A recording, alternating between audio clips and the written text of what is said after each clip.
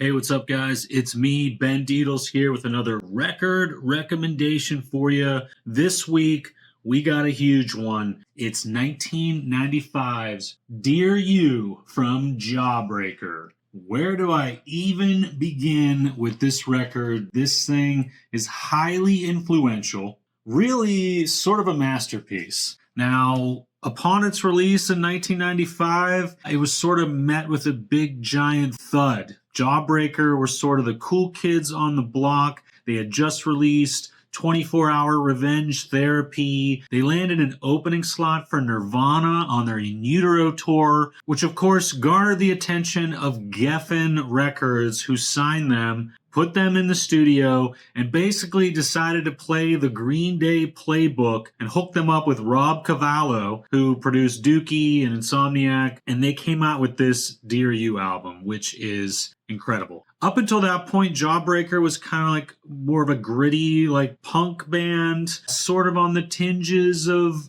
emo, but it was this record that sort of cemented them into a genre that they probably didn't even realize they created. When this came out in 95, this was long before Saves the Day, Get Up Kids, Jimmy Eat World. Those bands totally took influence from this record. Everybody ripped this off, including me. I'm still ripping it off. So Geffen just kind of gave up on this thing. And I can attest to that because I remember trying to find this record as a kid and you just couldn't find it. Like, it wasn't in the stores. So the only way I was able to hear this, I downloaded it from Napster. And I was blown away by this thing. Couldn't stop listening to it. But then they finally reissued this thing. They got the rights back from Geffen, put it out on Blackball Records, which I believe is a record label owned by the drummer Adam Fowler. Now, this is a double LP version that I have. It has like some B-sides from this, Into You Like a Train, which is a Psychedelic Furs cover, and a redone version of Boxcar,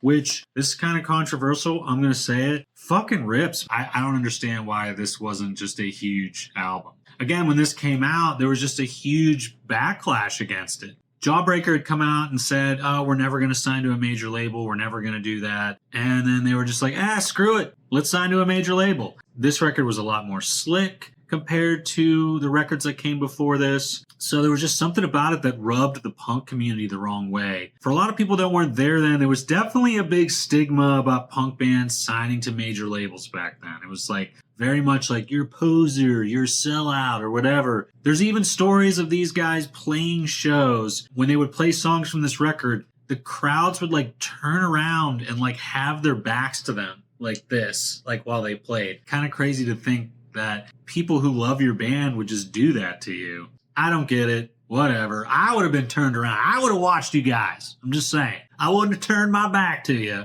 But yeah, I actually got to see Jawbreaker a few years ago. They were doing some reunion shows for this. I flew out to Chicago. It was a fantastic show. They played a bunch of songs from this album. I know a lot of people are going to be like, I like 24-Hour Revenge Therapy better. And you know what? On certain days, I might agree with you. But today, it's all about Dear You. So what do you think of this thing? Do you have the reissue? Do you love this one as much as I do? Let me know in the comments. And yeah, I'm going to listen to this record right now. So, Dear You, it's me, Ben. You should check this record out. All right, see ya. Peace.